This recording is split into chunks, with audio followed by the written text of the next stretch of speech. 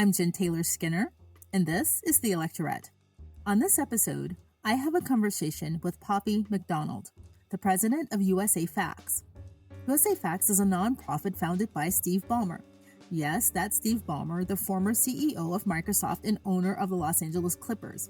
USAFacts focuses on delivering solid, reliable, and impartial data so that we can all better understand how our government functions and how our tax dollars are used. And one of their aims is to use that data to help our government determine the best way to make an impact. And in my opinion, I think we have a dearth of facts in our public discourse right now. It's rife with misinformation around the economy, around crime rates and immigration, just to give you a few examples. And that's not good, especially during an election year. Poppy and I discuss how their data and their reports are being used to shape policy. We talk about the relationship between truth and democracy, and we even talk about swing states. They've published some really surprising data about swing states, and I actually learned something new. And you will too, I promise. So please enjoy my conversation with Poppy MacDonald. Poppy MacDonald, welcome. Thank you for having me, Jennifer. I'm so appreciative. I learned about USAFacts probably a couple of weeks ago, though you've been around, I think, for a few years now, right? We launched in 2017, so yes, we have been around for about 7 years. Okay. I was listening to an interview with Steve Ballmer, and, he sounded really excited about it, and I thought, well, I'm really excited about it because it sounds like a really exciting project, And if you know Steve Ballmer, he's so energetic, and everything he talks about sounds like a party. But I was a little surprised because this seems like a bit of a departure from his days in technology and at Microsoft. So, tell me a bit about how this started, what was the inspiration behind it, and what your overall aim is here. Yeah, Steve is so enthusiastic, and especially about data and numbers, and his belief that citizens are entitled to have access to data that they can trust and rely upon when making decisions about this country. And so the idea for USAFacts came when Steve left Microsoft as CEO. So you're right, he's a tech guy by heart, and that's where he spent his career.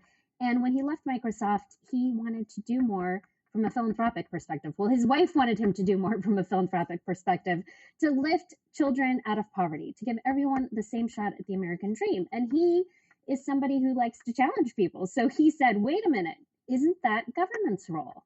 Don't we pay taxes so that government can provide assistance to people who need it in this country? And his wife said, I don't think government's doing enough. I think there's more that could be done, and I think we have an opportunity. So being a data guy, he said, let me go to the numbers. I want to see of the revenue that government collects, what are they doing to help lift kids out of poverty? What are those programs, and what are the outcomes they're driving? And he thought it would take a week or two. He went looking for their 10K report, which is something the government required him to file as CEO of Microsoft, saying, these are our numbers, they're true and accurate, and he had to sign and testify to that. And he was looking for the government's own 10K. What does the government do to share with the people who fund government, the shareholders of this country, transparently, the numbers behind how we're doing as a country? And he couldn't find that. And it took him about 6 months to compile information about poverty programs and support for families and individuals in this country. And he said it shouldn't be this hard to get access to the facts, to get access to information straight from the source of the government who provides this. So he started USAFacts to say, I'm going to do it. I'm going to bring all this data together, and I'm going to make it accessible to Americans. And so our mission at USAFacts is to empower Americans with the facts. We're nonpartisan and not-for-profit. One of the things that Ballmer says in the introductory video that's on USAFacts, he says that the government is an ingestion machine, not a production machine, and that they take in data, but there's little effort to organize that data. So there is some data there, because you think about the government, they're always collecting something, right? But the missing piece is that it isn't organized in a way where it can be efficiently used. If you think about just tax dollars, how it's spent, are we getting the desired outcomes? Is there a positive return on our investment? And that way, it sounds a lot like the work he would be doing at Microsoft as CEO. And, I'm just really surprised that, the government isn't using that data in that way. So what did he discover about what's actually happening with all of that data that they're ingesting? I love that comparison you made, Jennifer. I've never had anyone do that. That's the work of the CEO when you're running a company. You're looking at, of the sources of revenue, how are we investing those dollars and what outcomes are they driving? And you would hope that our lawmakers are having the opportunity to do that.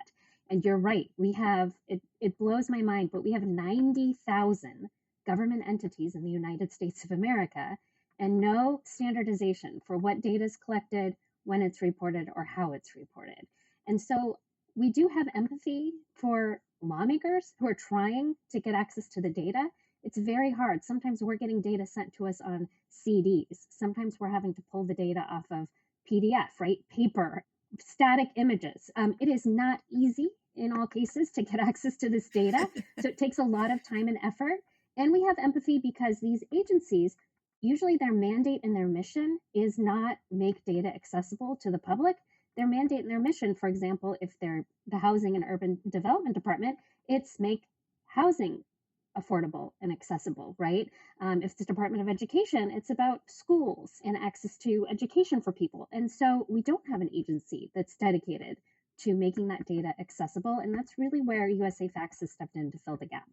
Yeah, well, 90,000 different agencies. I mean, when you compare that to a private company, that sounds quite a bit larger, right? And I can't believe, are CDs even legal? Can you even use these anymore? And I would imagine, I guess the question is that in some cases, I would imagine with 90,000 different agencies, some data isn't even being collected. Is that true? I think it's spotty sometimes in terms of what's being collected and when and how often. And when you say, like, is it even legal to have a CD? I would say what we're finding is it's not that these government entities are saying, go away, don't come get our data. They're like, yeah, get in a car, drive over, bring a thumb drive, take the data. They even say FOIA us, which is a Freedom of Information Act request. FOIA us, because until we have that kind of mandate to provide the data, we won't be able to give it resources because they are thinly stretched civil servants working really hard. And so you're right. It isn't for lack of desire. It sometimes is for lack of prioritization and time. And we find that governments are really open and willing to work with us and very receptive to the information. We have the opportunity to go with Steve to Washington, D.C. once a year. We have a USAFacts employee that's based in D.C. And lawmakers really welcome us and open their doors in a bipartisan fashion and say, what is the data? What should we know? And what are the gaps? Yeah, yeah. And I mean, when you think about it in that context, the breadth and scope of this project just seems massive, kind of overwhelming. But I would imagine, knowing what we know about Steve Ballmer and about the people who are working with him, including yourself, this is a kind of project that you want to really dig into. And I would imagine that it's fun in some ways, right? It is. And we are I call us a small but mighty team. We have about 50 employees. And Steve says, that's not that small, Poppy. And I said, but it's 50 employees against 90,000 government entities trying to serve the 320 million Americans, right? And how we do that is not just getting the data, because we know that just being a big data warehouse is step one, but that doesn't really make it accessible to Americans. So a lot of our work is going in and looking at, in search engines, what are the questions people are asking and what's the overlap with questions that can be answered with government data. And so much of our work then is seeking those answers and providing data-driven responses through short articles, through data visualizations, even through a TikTok video. Where can we meet people where they are with answers to their questions and just the facts? So we don't take a side. We want people to make their own decisions from there. One of the things that you say about this project on the site is that democracy is only successful when it's grounded in truth, right? And democracy is something that we hear a lot about these days. It's election season. Everyone's talking about democracy, about saving it, about tearing it apart, whatever. But the idea of democracy, I think it can be really abstract for people, though everyone's talking about it, right? They know it's something that we want to save, but they also know that it's slipping. And even though if they can't quite articulate what's slipping, they know that something's awry. And, they aren't wrong. Experts around the world have concluded that over the past several years in America, we've experienced an erosion, a democratic erosion in our governing institutions. So I'm just curious as to what your connection is and what your role is in preserving and digesting these facts and preserving democracy, if there is a connection. That's a great question. And democracy is about the people running their country. And we understand why people may feel a little bit of apathy or a lot of frustration because they don't have a good sense of what is really going on in the country right now. They turn on Fox or MSNBC, they're getting completely different versions. They're hearing from two candidates for president, two different versions of how this country is thriving or not. And we're not surprised that there's a feeling of, I give up. I don't even know what is true anymore. Yeah. And so, where USA Facts sees coming to the table is let's start by understanding where we are by the numbers and how those numbers have changed over time. So, how are middle class families doing right now? And how has that changed over time? What does their income look like? What are food prices and how have those changed? What's happening with housing? So, it's really about just providing the data so that people can decide for themselves, is our country headed in the wrong or right direction by the numbers, not by someone's opinion or by hyperbole or things that are designed to get you panicked or concerned so that you click, click, click, Right. click. That's not our goal. Our goal is just here are the numbers. Feel empowered now to go and advocate for what you want and feel like you have a source of truth that you can ground your opinions in. And then we want people to have a healthy debate from there. Yeah, yeah. I think that's really interesting because we don't want to be naive in this conversation and assume that when people have facts, when people are armed with facts, specific people, you talked about MSNBC and Fox, that those facts can't be skewed based on a certain lens or their own desires or who holds power. And I know that one of the goals of USA Facts is to inform policy, right? And just as an example, if you take the crime rate, because I know that's one of the areas that you dig into, you'll have one group. If you say, let's say, crime rate drops by 10% in a single year, one group will say, look at that, that's great. Look what we did. We dropped the crime rate by 10%. And the other group will say, oh my God, only 10%, that's terrible. I can't leave my house without getting mugged. So it depends on what's advantageous for the person who's framing the facts, right? And so I'm just curious as to how do you get around a problem like that, specifically if you want to use facts to both inform the public and to inform policy? That is a great question. For sure, we know we're providing the facts, and people are going to form their own opinion. Steve gives the example. I mean, you mentioned crimes down 10%. Well, am I still freaked out to leave my home? Or am I like, that's amazing? We're making such great progress. Steve talks about bridge quality. And he talks about the fact that like 98% of bridges in this country at a high bar of quality. You can feel a lot of confidence in them. And for one person, they might say, well, gosh, why are we spending all this money on infrastructure of bridge quality? Like 98%, we're doing really well. But for his daughter-in-law driving over a bridge with his grandson, she probably wants 100% quality, and she doesn't care what that 2% cost is to make it, to give her that level of assurance. So we know people are going to take the data and advocate for what they think is right based on their own situation and where they live, right? If you tell me crime rate is down 10% in the country, well, that doesn't mean anything to me if I live somewhere where the crime rate has gone up. So I think part of what we think is really important is not only providing that national picture, but allowing people to look at based on their demographics, based on things like where they live, based on their income, or based on their age, or based on their race, right?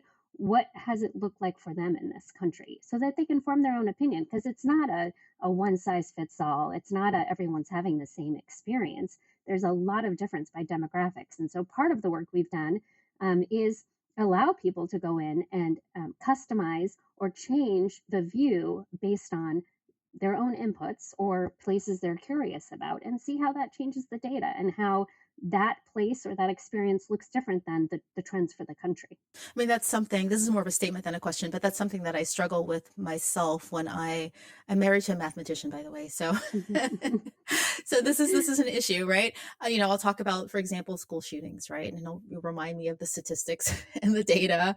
And I know that it's very rare, but as a parent, it's an emotional issue, right?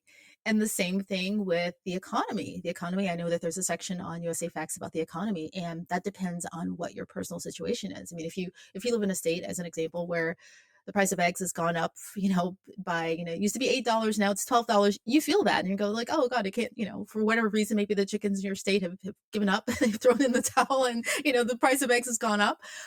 That's an emotional issue for people. It's their wallet. And I think that a lot of politicians often they respond to the emotional response of their constituents rather than with facts. And I just wonder in some cases whether facts are really useful. I mean, facts are always useful. I just wonder like how facts fit into a scenario like that when sometimes we do need to respond to people's emotional needs versus their factual needs, right? That's a really good point. And it is emotional if my experience isn't in line with what I'm hearing to be the national trend, right? We know by the numbers we've had great economic growth in this country, that GDP is up. But if my personal experience isn't that my life is getting better, that I can afford the same things I could afford 10 years ago, I'm not experiencing that economic growth. And so we try to show the complexity of that picture by saying, yes, GDP is up. We're experiencing economic growth in this country. We can look at that over time. And then we say, but what's happening with, for example, the middle 20% of America? And we can look at what is the middle class? Well, we define it by directly looking at the middle by the numbers in this country, the middle 20%. And the average income is about $64,000. And when you adjust for inflation, that has remained pretty flat. But then when you look at things like cost of eggs, like inflation of gas, right? The cost of gas, the inflation that's impacted things that people need to buy and consume in order to survive. Well, you could understand if their wages remain flat and things are more expensive, they're feeling that. And it's a fact that it's harder for Yeah. them to buy the things they used to buy. So, like, great economic growth in this country doesn't feel really good to them, right? They're not experiencing it themselves. So, I think it's just showing the complexity of that picture and why politicians might be hearing from their constituents doesn't I don't feel economic growth. I'm frustrated. It's harder for me to buy the things I used to buy. Why is that? Is that true by the numbers? And those are the kinds of things that we look into at USA Facts and make accessible and available. So I was listening to one of the videos. You have a series called Just the Facts, right? A We series of do. videos. And one of the ones was called, it was on immigration. And I learned a lot, right, from that video. But two things came to mind. First thing that I thought was, I know this data is somewhere, right? I could Google it if I wanted to know this stuff. Although I did learn something from the video, if I wanted to learn something specific, I could Google it. And also I thought, I'm glad I learned something, but also will I be able to recall this information when I need it?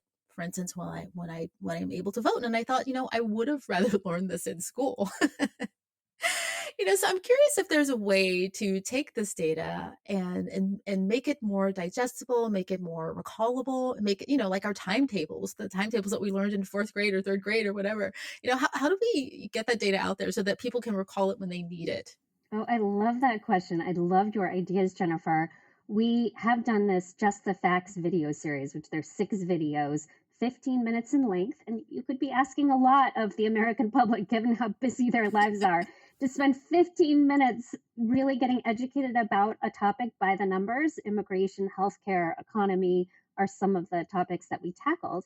And we've had 47 million people and growing come to watch these videos, which we find really affirming and exciting. And will they be able to recall the facts? I think you are right, Jennifer. There is an opportunity to think about how do we start with even our young people when it comes to data literacy and understanding how to not only memorize and recall numbers, but how to interpret those numbers and what role data plays when it comes to informing the decisions that you make. And we have definitely thought about, how do we turn some of these into curriculum or information that could be used in our schools? Because those will be our future voters. Those will be the future people that are hopefully running our country and making important decisions about where we go. And we would love for them to be using data. We haven't gone as young as our schools yet, but we do have a program we're really excited about called Data Skills for Congress. And we are partnering with UC Berkeley, and we are offering congressional staff at no cost to go through a certification program. It's a 9-week program where they go and learn how to use data, how to visualize data, how to pull relevant data for their constituency to answer a question that their policymaker may have. And at the end, they do a final project and they receive a certification in data skills from UC Berkeley. And it's at no cost. It's funded by USAFacts. And we've had really positive bipartisan enrollment from the House and the Senate, and we've been really proud of that program. So we're about to start the third year. And we hope that by educating the staff of policymakers, that it will become more of a habit and that they'll have the skill set to be able to use data to inform their decisions. Well, I would love to go through that program actually myself, Great. but I'm not qualified. I'm not part of the group that you're targeting. But now this next question you may or may not be able to answer, but I'll just put it out there. Given the I guess the political environment that we're in, I wonder sometimes, given that some of this data is still accessible if you wanted it, right? I wonder if we've devolved to the point where sometimes we don't actually want the facts. We actually want our biases confirmed. I don't know if you would agree with that or not, or if there's even a question there. But sometimes I feel like, let's say you're arguing with someone on social media and you present them with the facts. Let's say you grab something, a video of Steve Ballmer from USA Facts, and going, no, no, no, no, no. The economy is terrible. I don't care what Steve Ballmer says, right? I just feel like we've created a climate. We've devolved to the point where people sometimes don't really want facts, and I don't really know what to do about that. I think that's a fair assessment in terms of getting the facts is hard, right? Like it's so much easier just to have your point of view and to throw around adjectives, and like to take that extra step to get the facts is difficult. And even for people who do want to ground information in data, for example, I came from media, and journalists for sure want their story to be right, and they get an editor and a copy editor to go through and say, is this correct? And do you have a source for everything you've put in this story? But if the source for the story is, oh, I had to go to the census and download a whole data set, and then I had to go to the IRS and download this data set, and then you can go to this Excel file where I've mapped the two together and I've run. No, a reporter is on this frenetic news cycle. And even if they had the skills to do that, right, they don't have the time. And so it is, you could say, Poppy, that is wishful thinking, but I think we've seen early proof of it. If we can serve up the data on a silver platter, have a place where media can link back and source and cite for attribution. Here's where I got the data. Here's where the numbers come from. They will put it in their stories. We also go to Capitol Hill once a year with Steve, but I'd say a couple times a month with our own staff. And we never have somebody say, go away with those facts. We don't want them. They're like, thank you. Hey, come on in. What do you have today? Oh, this is fascinating. Can you also go look into this issue that we're dealing with in my state? So I think people are open to them. I just believe someone's got to do the work for them. And long term, it shouldn't just be USA Facts making the data accessible, right? I mean, the one thing we will advocate for is open and accessible government data, and it should be easy for anyone to go get this data. They shouldn't have to get the CD and download it, or have to, transcribe it off of a PDF. Like, it should be so much easier than that. So, I mean, that's what we dream of in the future. Yeah. Again, it's an election year. We're just very, very close. And you have a section on swing states, which I found really fascinating because I'm a political nerd and I like digging into this data. But there's something that I learned about the election of 1992. Do you know what I'm talking about? Oh my gosh, no, educate me. I can't wait. I think it's one of Steve's videos, maybe not. Oh, it's just 1992. It was considered the, what do they call it? The year of political realignment. That's the year that Bill Clinton defeated George W. Bush, George H.W. Bush, not George W. Bush, George H.W. Bush. And what I learned was that there were several states that were red, and since 1992, they've been blue, like California. So I won't go into details of that. You can go into the USAFacts.org site to find out. But I did not know that California before 1992 was a red state. Did you know that? Well, I knew Ronald Reagan was a governor, right? And he was Republican. Right. But yes, no, I would have thought California blue, with some notable examples of senior people in the Republican Party. So that is super interesting. I love that you're just like coming through our site and finding fascinating things that intrigue you. So kudos to you. Yeah. So people, if you want to learn about the swing states, the history, go to USA Facts and click on swing states. It's really fascinating. I will say though about the swing states that I was in a large room hearing a pollster present, and he said, stand up if you're from these states. And he called out the critical swing states. And, like 20% of the room stood up, and he's like, you will be deciding who will be president of the United States of America. And so we do have an interesting look at, who gets to determine who the president of the country is. How does the electoral votes work in this country? What states are outrepresented based on their electoral votes versus their population, and what states are underrepresented if you look at it as on a per capita basis. So I always think that's really interesting to look at too, and to think about the impact on the country. Yeah, no pressure to those folks. No pressure. But I think you alluded to this before. Facts can change, especially in relation to the economy. We're talking about the economy. What's your process for taking that data again and, massaging it and getting the new facts out to people, right? Because facts and relevant facts can become stale. Data changes continuously and sometimes not as fast as we would like it to.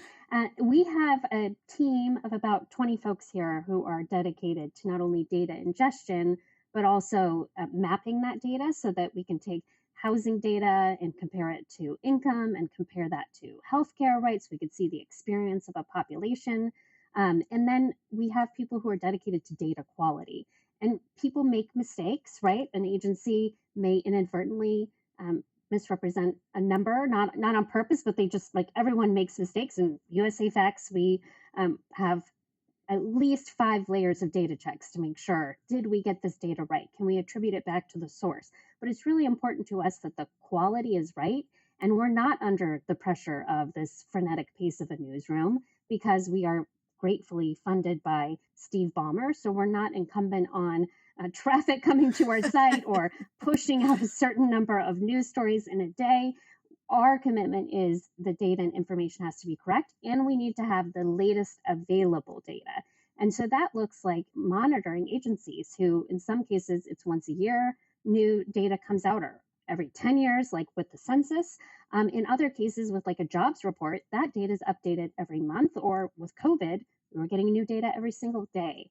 And so really depending on the data set and the agency, we have a team of people who are dedicated to keeping an eye on when new data is released and then updating that information so that people know when they're coming to our site, they're getting the latest available data on that topic.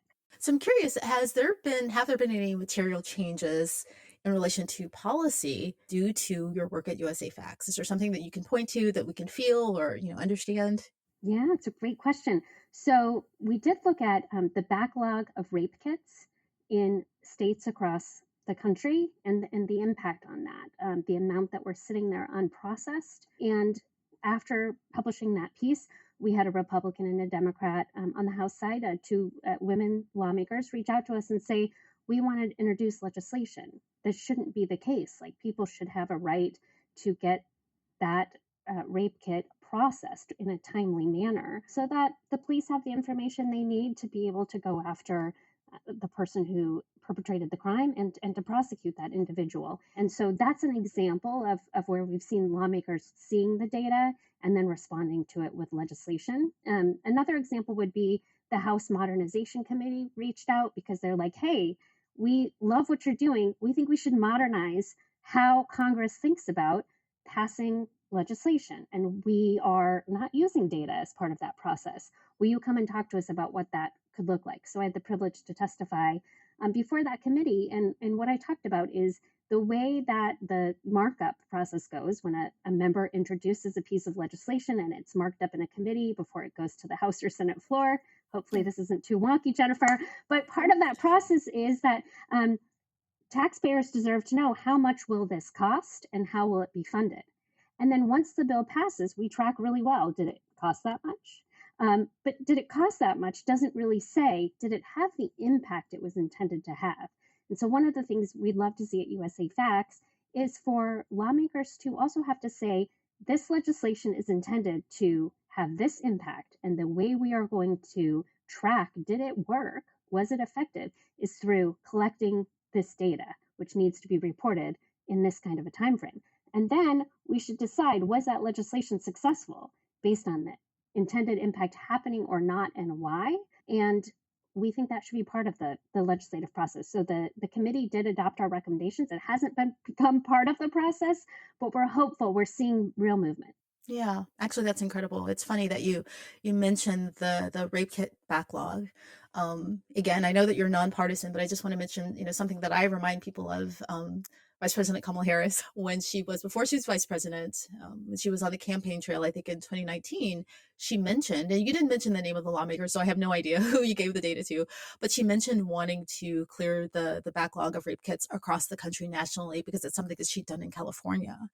And I can see how that data would be useful, right? I mean, you have someone who's now running for the highest office in the land using that data to help people. So I just wanted to remind people of that how facts can be used for good.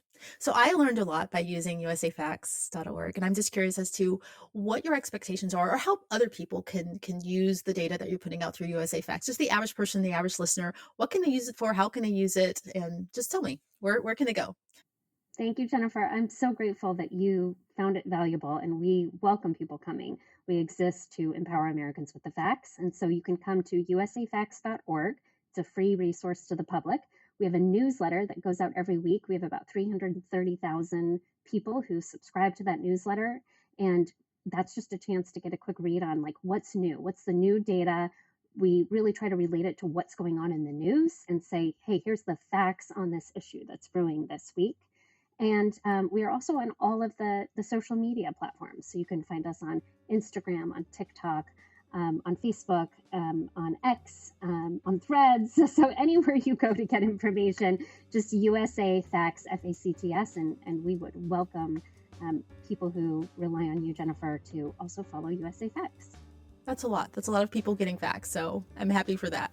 Well, Poppy MacDonald, thank you so much for joining me. I really hope that facts can make a comeback. Love this conversation. Thank you for inviting me, Jennifer.